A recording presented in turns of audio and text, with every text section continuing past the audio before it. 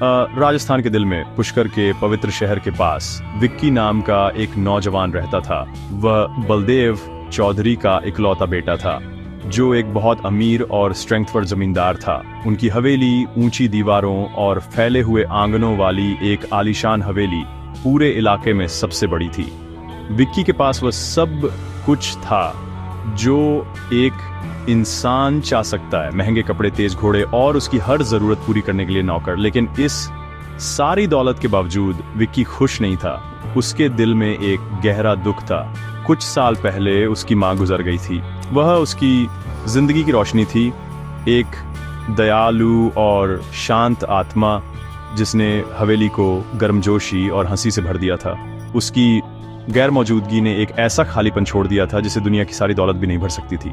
विक्की अपने दिन एक शांत अकेलेपन में बिताता था। वह अक्सर हवेली के विशाल बगीचों में घूमता रहता था, अपनी मां के साथ बिताए गए पलों को याद करता था। शिनीले फूल अब उसे खुशी नहीं देते थे और पक्षियों के मीठे गाने उसके कानों को उदास धुने लगते थे। उसके पिता बलदेव एक सख्त और घमंडी आदमी थे। वह अपने बेटे से प्यार करते थे लेकिन उसे दिखाना नहीं जानते थे। वह विक्की की उदासी को कमजोरी की निशानी मानते थे। वह चाहते थे कि विक्की मजबूत बने, परिवार की विशाल संपत्ति संभाले और उनकी तरह एक स्ट्रेंथ और शख्सियत बने।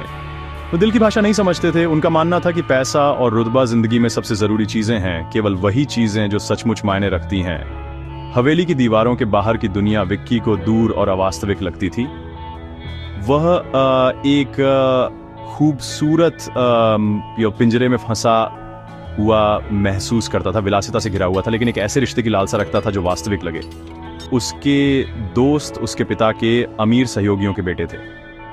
वे पैसे, जमीन और ताकत की बातें करते थे, ऐसी चीजें जिनमें विक्की की ज्यादा हार्ट छस्पी नहीं थी। वह साधारण बातचीत, सच्ची मुस्कान और एक ऐसे दोस्त की लालसा रखता था जो उसे उस व्यक्ति के रूप में देख सके जो वह था, न कि सिर्फ एक अमीर जमींदार्स सन। वह एक विशाल समुद्र में बिना लंगर और बिना मंजिल के बधी हुई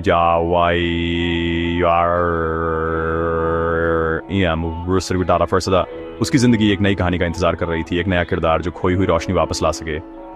जैसे जैसे वार्षिक पुष्कर मेला नजदीक इनकमा, पूरा इलाका उत्साह से भर गया। ये मेला एक शानदार इनकम ओजन था, कलर्सों, वॉइसों और जीवन का एक बहुरूप दर्शक। लोग दूर दूर से कैमलों का व्यापार करने, हैंडीक्राफ्ट्स बेचने और फेस्टिवल के माहौल का आनंद लेने आते थे। बलदेव चौधरी मेले को एक ट्रेडिंग अवसर के रूप में देखते थे। अपनी शक्ति और इन्फ्लुएंस दिखाने की जगह उन्होंने जोर दिया कि विक्की उनके साथ जाए। विक्की ने बिना उत्साह के सहमति दे दी, इसे सिर्फ एक और कर्तव्य मानकर। उसे कोई अंदाजा नहीं था कि इस हलचल भरे मेले की यात्रा उसकी जिंदगी का रुख हमेशा के लिए बदलने वाली थी। उसे नहीं पता था कि चेहरों के समुद्र के बीच उसे वह मिल जाएगा जो उसके दिल को फिर से खुशी से धड़कना सिखाएगा। विलेज के बाहरी इलाके में एक छोटी साधारण झोपड़ी में लीला नाम की एक युवती रहती थी। उसकी दुनिया विक्की से बहुत अलग थी। उसके पास दौलत या विलासिता नहीं थी, लेकिन उसके पास उम्मीद से भरा दिल और एक ऐसी मुस्कान थी जो सबसे अंधेरे दिन को भी रोशन कर सकती थी। लीला अपनी बूढ़ी माँ के साथ रहती थी, जो अक्सर बीमार रहती थी। उसके पिता कई साल पहले गुजर गए थे, उन्हें खुद की देखभाल करने के लिए छोड़ गए थे। उनके लिए जिंदगी रोज का संघर्ष थी। कुछ दिन तो उन्हें खाने के लिए भी मुश्किल से मिलता था। फिर भी लीला ने कभी शिकायत नहीं। मीरा अपनी माँ के लिए ताकत का एक स्तंभ थी, हमेशा उनकी बहुत प्यार और समर्पण के साथ देखभाल करती थी। उसकी आत्मा मजबूत थी और उसकी इच्छा शक्ति अटूट थी। लीला एक प्रतिभाशाली कारीगर थी। अपनी फुर्तीली उंगलियों से वह सुंदर कलर सीन लकड़ी के खिलौने बनाती थी। वह छोटे हाथी, ऊंट और कठपुतलियां तराशती थी और उन्हें शिनीले खुशमिजाज कलर्सों में कलर साजती थी। ये खिलौने उसके परिवार की आय का एकमात्र स्रोत थे।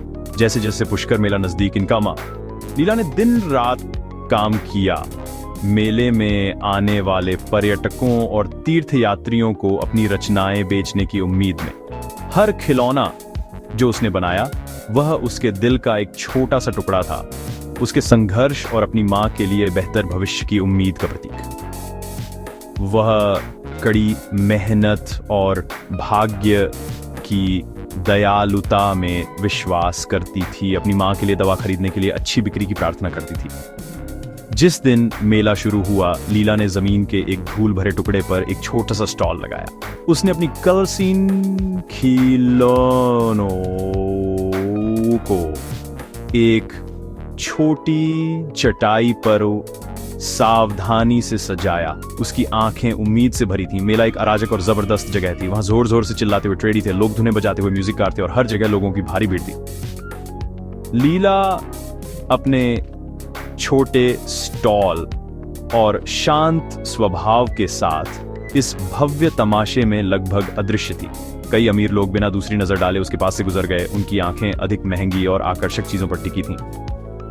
लेकिन लीला ने उम्मीद नहीं छोड़ी। वह एक धैर्यवान मुस्कान के साथ बैठी रही। अपनी छोटी कलर सीन रचनाओं पर उसका विश्वास अटूट था। यह इसी हलचल भरे दोपहर में था जब विक्की भीड़ में बेतरतीब ढंग से चलते हुए लीला के स्टॉल के पास से गुजरा। उसकी आंखें, जो आमतौर पर उदासी से भरी रहती थीं, छोटे लकड़ी के खिलौनों के शाइनीले कलर्सों पर अटक गईं। वे इतने सरल लगते थे, फिर भी जीवन से भरपूर। फिर उसने लीला को देखा। वह एक छोटे बच्चे से बात कर रही थी। उसका चेहरा एक कोमल दयालु मुस्कान से जगमगा रहा था। उस पल विक्की के भीतर कुछ बदल गया। उसने उसमें एक पवित्रता और एक शांत शक्ति देखी जो उसने पहले कभी नहीं देखी थी। उसकी साधारण खुशी उसकी हवेली की सारी दौलत से ज्यादा आकर्षक थी। उसे इस लड़की की ओर एक अकथनीय खिंचाव महसूस हुआ, जो छोटे हाथ से बने खिलौने बेचने में खुशी पाती थी। विक्की मेले के हर दिन लीला के स्टॉल पर खिंचा चला आता था। वह हर बार एक छोटा खिलौना खरीदता था, सिर्फ उससे बात करने का बहाना ढूंढने के लिए। उन्होंने साधारण बातचीत से शुरुआत की। उसने उसकी बीमार मां और उसके स्ट्रगलों के बारे में जाना। उसने उसकी दौलत के बावजूद उसके अकेलेपन के बारे में जाना। लीला के साथ विक्की को अपनी खोई हुई खुशी वापस आती महसूस हुई। उसकी हंसी उसके कानों को संगीत जैसी लगती थी और उसका लचीलापन एक प्रेरणा था। उसने देखा कि सच्ची दौलत पैसे में नहीं, बल्कि एक दयालु दिल और जीवन की चुनौतियों का सामना करने की ताकत में है। उनकी फ्रेंडसी धीरे धीरे और खूबसूरती से प्यार में बदल गई, एक शुद्ध और गहरा रिश्ता जो उनकी अलग अलग पृष्ठभूमि से परे था। विक्की के लिए लीला एक लंबी अंधेरी रात के बाद सूरज की पहली किरण जैसी थी। उसने दुनिया को एक नई रोशनी में देखना शुरू कर दिया। वो ज्यादा मुस्कुराने लगा, जीवन में इवनिंग होने लगा और उद्देश्य की भावना महसूस करने लगा। वो लीला की मदद करना चाहता था, उसकी सारी चिंताओं को दूर करना चाहता था और उसे दुनिया देना चाहता था। उसने अपनी मां के लिए बेहतरीन डॉक्टरों को लाने के लिए अपने संसाधनों का इस्तेमाल किया, ये सुनिश्चित करते हुए कि उसे उचित देखभाल मिले। उसका ये चेंज किसी का ध्यान नहीं गया। हवेली में नौकर युवा मालिक में आए चेंज के बारे में फुसफुसाते थे। वह उदास दूर का लड़का नहीं था जो बगीचों में अकेला घूमता था। वह प्यार में पड़ा एक आदमी था, जीवन के लिए एक नई खुशी से भरा हुआ था। हालांकि यह नई खुशी अल्पकालिक थी। विक्की के एक गरीब खिलौने बेचने वाले के प्रति बढ़ते स्नेह की खबर उसके पिता बलदेव चौधरी तक पहुंची। वह गुस्से में थे। उनकी दुनिया में रिश्ते, रुतबे, गठबॉन्डों और परिवार की शक्ति को मजबूत करने के बारे में थे। उनके बेटे चौधरी संपत्ति के वारिस का विलेज की गरीब लड़की से शादी करने का विचार उनके प्राइड और उनके परिवार के सम्मान का अपमान था। उन्होंने लीला को एक व्यक्ति के रूप में नहीं, बल्कि अपनी सावधानी से बनाई गई प्रतिष्ठा की दुनिया के लिए एक खतरे के रूप में देखा। उन्होंने विक्की का सामना किया। उनकी आवाज गुस्से से गूंज रही थी। उसे लीला से फिर कभी न मिलने का आदेश दिया। उनका मानना था कि यह एक बचकाना मोह था जिसे तुरंत कुचल देना चाहिए। बलदेव चौधरी अपने अभिमान और गुस्से से अंधे होकर मामलों को अपने हाथों में लेने का फैसला किया। वह अपने बेटे से इस अवज्ञा को बर्दाश्त नहीं कर सकते थे। उनका मानना था कि समस्या के स्रोत को हटाकर वह विक्की को होश में ला सकते हैं।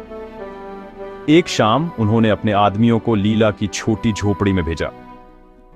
उन्होंने लीला और उसकी बीमार मां को तुरंत विलेज छोड़ने और कभी वापस न लौटने का आदेश दिया। उन्हें सिर्फ अपने बदन पर कपड़ों के साथ बाहर निकाल दिया गया।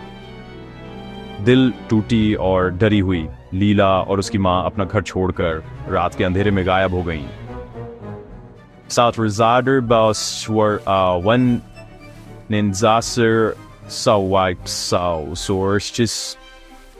सोचा कि वह जीत गए हैं, यह मानते हुए कि उन्होंने अपने परिवार का नाम और अपने बेटे का भविष्य बचाया है। जब विक्की को पता चला कि उसके पिता ने लीला और उसकी मां को विलेज से निकाल दिया है तो वह तबाह हो गया। उसके भीतर गुस्से और लाचारी का तूफान उमड़ पड़ा। अपने जीवन में पहली बार वह अपने पावरशाली पिता के सामने खड़ा हुआ। उसने बलदेव से कहा कि उसकी दौलत और अभिमान लीला के बिना उसके लिए कुछ भी नहीं है। उसने घोषणा की कि उसका दिल उसी का है और वह उसे तब तक नहीं छोड़ेगा जब तक वह उसे ढूंढ नहीं लेता। उसके पिता की धमकियां और गुस्सा अब उसकी आत्मा को बांध नहीं सकते थे। एक डिटर्मिनेशन के साथ विक्की ने अपनी हवेली का आराम और विलासिता पीछे छोड़ दी। वह उस महिला को ढूंढने के लिए एक यात्रा पर निकल पड़ा जिसने उसे खुशी का सही अर्थ सिखाया था। विक्की की तलाश आसान नहीं थी। वह आसपास के कस्बों और गांवों में भटकता रहा। हर किसी से पूछता रहा कि क्या उन्होंने एक युवती और उसकी बीमार मां को देखा है। दिन हफ्तों में बदल गए। उसे कठिनाई और अनिश्चितता का सामना करना पड़ा, लेकिन लीला की मुस्कान की छवि और उसकी ताकत की याद उसे आगे बढ़ाती रही। उसके लिए उसका प्यार वह कंपास था जिसने उसके हर कदम को निर्देशित किया। आखिरकार उसकी अथक खोज रंग लाई। उसने उन्हें एक छोटे पड़ोसी शहर में पाया जहां लीला फिर से अपने खिलौने बेचकर गुजारा करने की कोशिश कर रही थी। उनका पुनर्मिलन भावनात्मक था। दुख और खुशी दोनों के आंसुओं से भरा हुआ था। उसने उससे वादा किया कि वह उसे फिर कभी नहीं छोड़ेगा। अटूट साहस के साथ विक्की ने लीला से एक साधारण मंदिर समारोह में शादी कर ली। उसे भव्य फेस्टिवल या अपने पिता की स्वीकृति की परवाह नहीं थी। सबसे महत्वपूर्ण बात यह थी कि वह उस व्यक्ति के साथ था जिसे वह प्यार करता था। उसने लीला के साथ एक नया जीवन शुरू किया, अपने पिता की हवेली की छाया से दूर। उसने अपने नए परिवार का समर्थन करने के लिए कड़ी मेहनत की, साधारण श्रम में गरिमा और खुशी पाई। उसने लीला और उसकी माँ की पूरे दिल से देखभाल की। विक्की की शादी और उसके नए जीवन की खबर आखिरकार बलदेव चौधरी तक पहुंची। वह अपनी भव्य खाली हवेली में अकेला रह गया, केवल अपने अभिमान के साथ। हवेली की खामोशी उसके बेटे की अनुपस्थिति की गूंज थी। समय के साथ बलदेव का गुस्सा धीरे धीरे एक गहरे और गहन अकेलेपन में बदल गया। उसे अपने अभिमान के खोखलेपन का एहसास होने लगा। उसे अपने बेटे की कमी खल रही थी।